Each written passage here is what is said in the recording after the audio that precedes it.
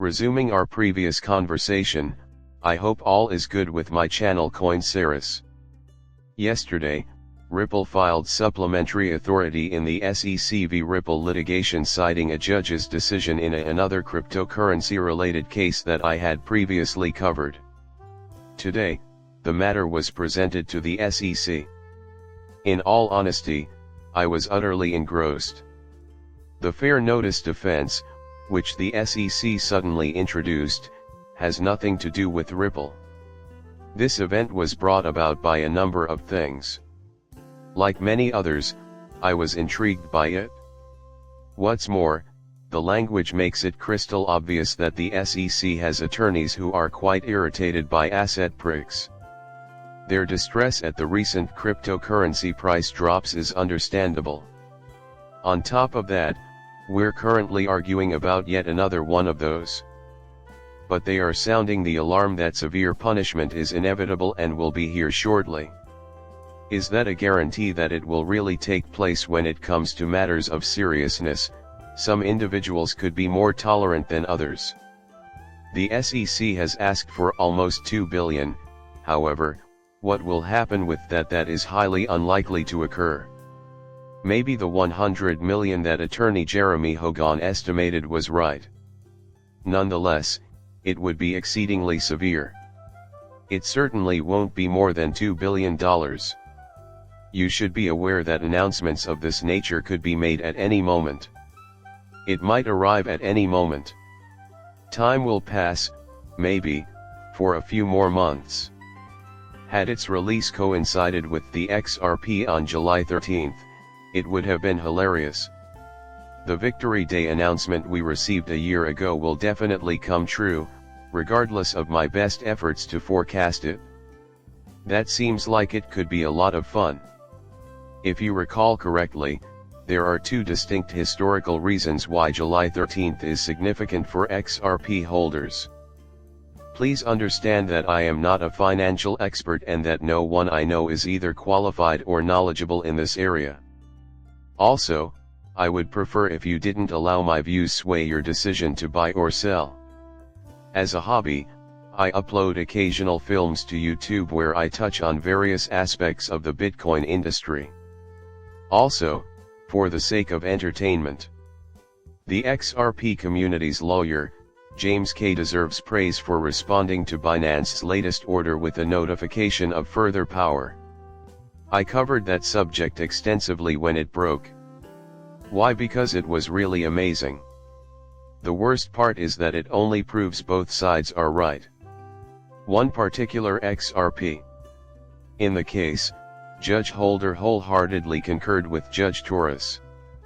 The asset's status as a non-security asset should be considered by her as she weighs the pros and downsides of XRP. And further significant triumph has been achieved. In addition, the judge severely censured the SEC asset perk attorneys for their blatantly unethical behavior. I'll offer you a bite since it's delicious and it's supplemental authority.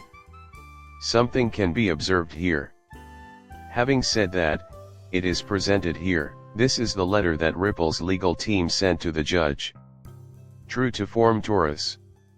Judge Torres, I respectfully submit the following request for further authority in regard to the SEC's continuing motion for remedies and entry of final judgment. A decision and memorandum opinion in the case of SEC v Binance were issued by the D.C. United States District Court on June 28, 2024. Binance was the subject of a partial dismissal that was both granted and refused. The court concurred with the SEC and broadened its ruling to encompass secondary market sales of one of the digital assets at issue, reasoning that these transactions amounted to unregistered security sales. On some issues, the court sided with the SEC, while on others, it sided with the defendants. I love this sentence that the court made, though, because it completely contradicts some of the SEC's main points about XRP and cryptocurrency in general. What the judge said in the Binance case is as follows. Our conclusion is inadequate since the 7 paragraphs that make up it fail to mention intangible digital assets. Worse yet, the government isn't exactly maximizing its resources by suing its way through this multi-billion business. Furthermore, the outcomes may be inconsistent, which may mislead both the appropriate parties and their prospective clients, of which you are obviously familiar. The SEC continues to maintain that enforcement-based regulation does not exist, disregarding the judge's observation. Even though it has been clear for some time, nothing is occurring at the moment. Claiming otherwise is dishonest. I thought the judge used too many words to accentuate it. They are facing criticism for their method of proceeding currency and courtroom by courtroom. This isn't the first time this has happened. In fact, we've tolerated this nonsense for a long time. As far as we can tell, that is exactly what the SEC is up to. Good news for the XRP community, a judge has acknowledged XRP's validity. I'd go so far as to say they've been vindicated. It follows that the Wave's legal staff will carry on. That the court's summary judgment decision sought to clarify the veracity of the various XRP sales is, as far as Ripple's is concerned, proved. Therefore, the absence of clear regulations prior to the court's ruling of a strict responsibility breach on some of Ripple's sales is supported by the company's position. While there may have been an occasional infraction, it does not constitute willful defiance or even serious misconduct warranting severe punishment. It is concerning that the SEC failed to mention negligence in its lawsuit.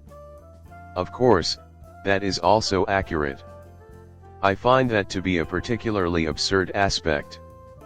As a result, we can rule out the possibility of fraud or carelessness. No accusations of fraud have been made at this time. Although Ripple has not damaged its customers' finances, it is still striving for $2 billion.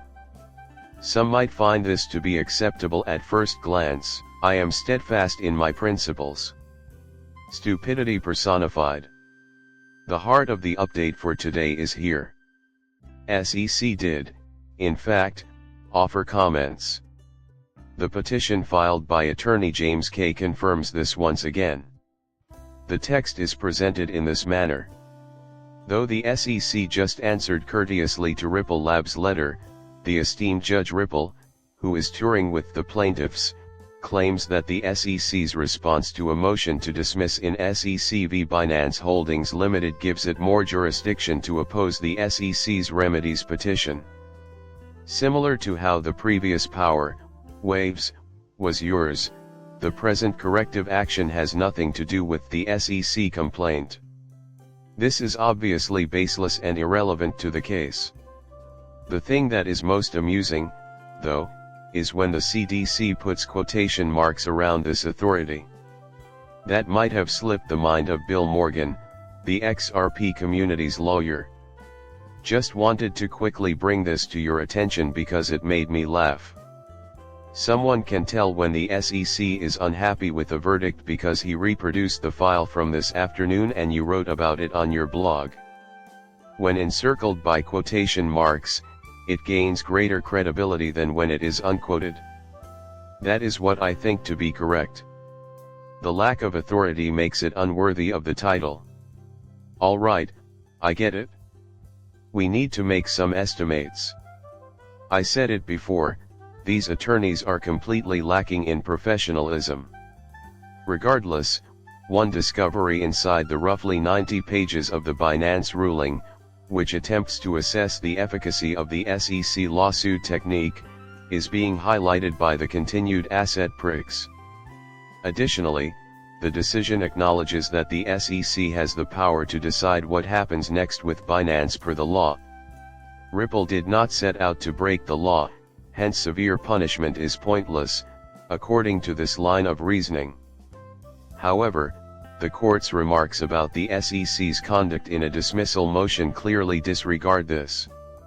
Since A fails to address the impact of Ripple's on the appropriate remedies for the breach at hand, it is plainly dishonest. Since bringing up this instance, another Judge Green, they were discussing what really matters. As one would expect from someone in the SEC's position, she is obviously attempting to flaunt her exalted status. To bring this to light, lawyers are self-medicating with enormous amounts of medicines.